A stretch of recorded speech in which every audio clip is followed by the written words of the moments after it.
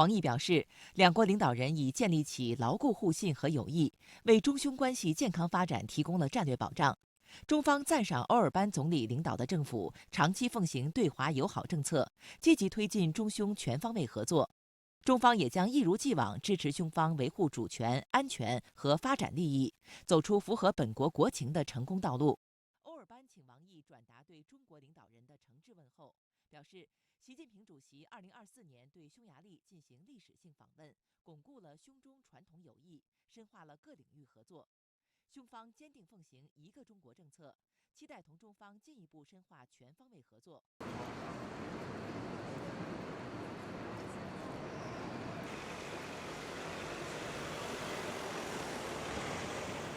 Freitagabend, Moment. Das Programm ist so dicht geworden, dass ich das schlicht und ergreifend nicht alles im Kopf haben kann. Moment, ich kann es Ihnen aber gleich sagen. Die transatlantischen Beziehungen stecken im Augenblick in einer aus meiner Sicht doch erheblichen Vertrauens- und Glaubwürdigkeitskrise. Deswegen ist es besonders erfreulich, dass die amerikanische Seite so großes Interesse an München findet.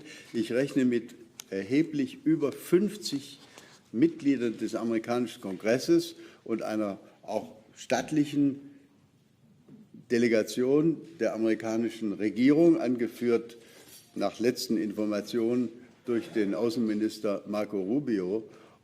Ich gehe jetzt mal bis zum Beweis des Gegenteils davon aus, dass wir erwarten können, dass der amerikanische Außenminister über die amerikanische Außenpolitik redet und nicht über Themen, die sein Ressort nicht direkt berühren. Das ist jedenfalls meine Erwartungshaltung. Die Bürgermeisterin von Boston kommt, die Gouverneurin von Michigan kommt, der Gouverneur von Kalifornien kommt.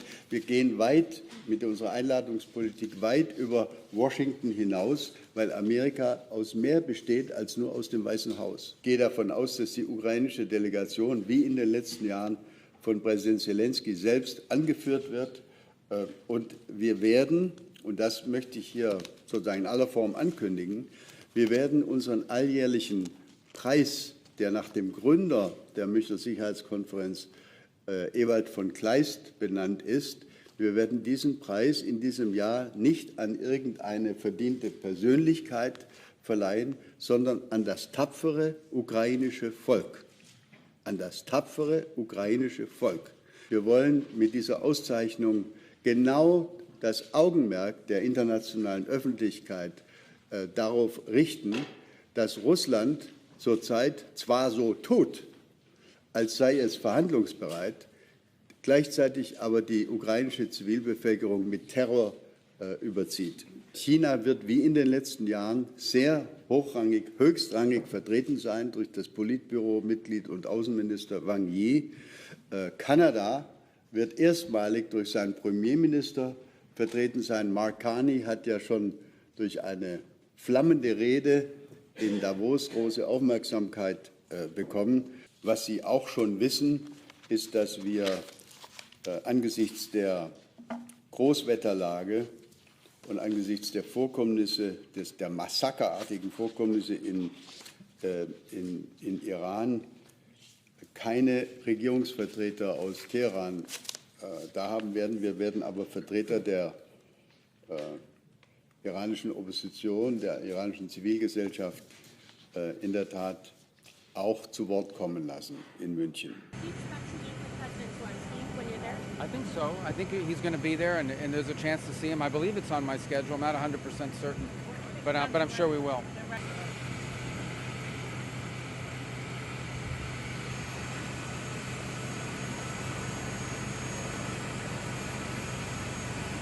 Of course, since President Trump was re-elected, the whole American leadership team, under the leadership of President Trump, has been pleading with NATO and European and Canadian allies to do more. And the good news is the billions are coming in. I think 2025, you saw a reframing and a real genuine commitment because of the President's leadership and the SecGen's leadership to actually have a Europe that leads the conventional defense of NATO, which in a sense, as I'm going to say today, is really a return to NATO 1.0. This is a serious alliance focused on defense and deterrence, and it's greatly thanks to your leadership, Mr. Secretary General. And so I think this year we actually have a good message to say, which is now it's time to march out together, to be pragmatic, to be focused on the kind of flexible realism that the national security strategy and the national defense strategy are based on and really exhibit. And I think we have a really strong basis for working together in partnership, but putting NATO kind of a 3.0 NATO that's based a partnership rather than dependency, and really a return to what NATO was originally intended for. This is why we have just launched Arctic Sentry, giving Russia's increased military activity and China's growing interest in the High North. We will also discuss our continued support for Ukraine. As the United States continues to drive efforts to bring the war to a just and lasting end, Russia continues to pursue civilian targets, including energy infrastructure. So it is still essential that allies continue to step up support, including through NATO's Pearl initiative. It is ensuring that essential US equipment is delivered to Ukraine, paid for by allies and partners. Well, it's been a roller coaster of a year, very difficult for European-US relations. There have been moments when the Europeans and the Trump administration have found a way to get along. For example, when the Europeans agreed to spend a lot more on defence at the Hague summit, the NATO summit in the summer. But there's also been periods of great tension, periods that were foreshadowed by that speech really by J.D. Vance, particularly over trade, threats of tariffs, a trade deal that was finally very favourable to the US and not so favourable to Europe, and of course most recently the crisis over Greenland. So it has been a roller coaster, and things have not really stabilised at all during that whole year. The relationship is definitely damaged, it's very fragile, and it's an open question as to whether things can be stabilised and salvaged. There have been signs, particularly on defence, that the Europeans and the Americans have found a way to see eye to eye, but on trade, on regulation of social media, digital platforms, they're very far apart. There's a lot of tension. There was a lot of tension over Greenland. That's subsided for now, but nobody thinks it's gone away for good. Europe is moving towards more self-reliance on defence. European countries are starting to spend a lot more. They're starting to buy capabilities or develop capabilities that they previously had to rely on the Americans for. So there is a gradual effort in that direction, but particularly for security, they're still very heavily reliant on the Americans for a lot of technology, for a lot of the military force that would be required to defend Europe. And of course, they're completely dependent on the American nuclear umbrella, apart from France and the UK, which have their own nuclear weapons. I think a lot of people are going to be looking to see whether the relationship between Europe and the United States is salvageable, and if so, how much of it is salvageable. The J.D. Vance speech last year was a real shock.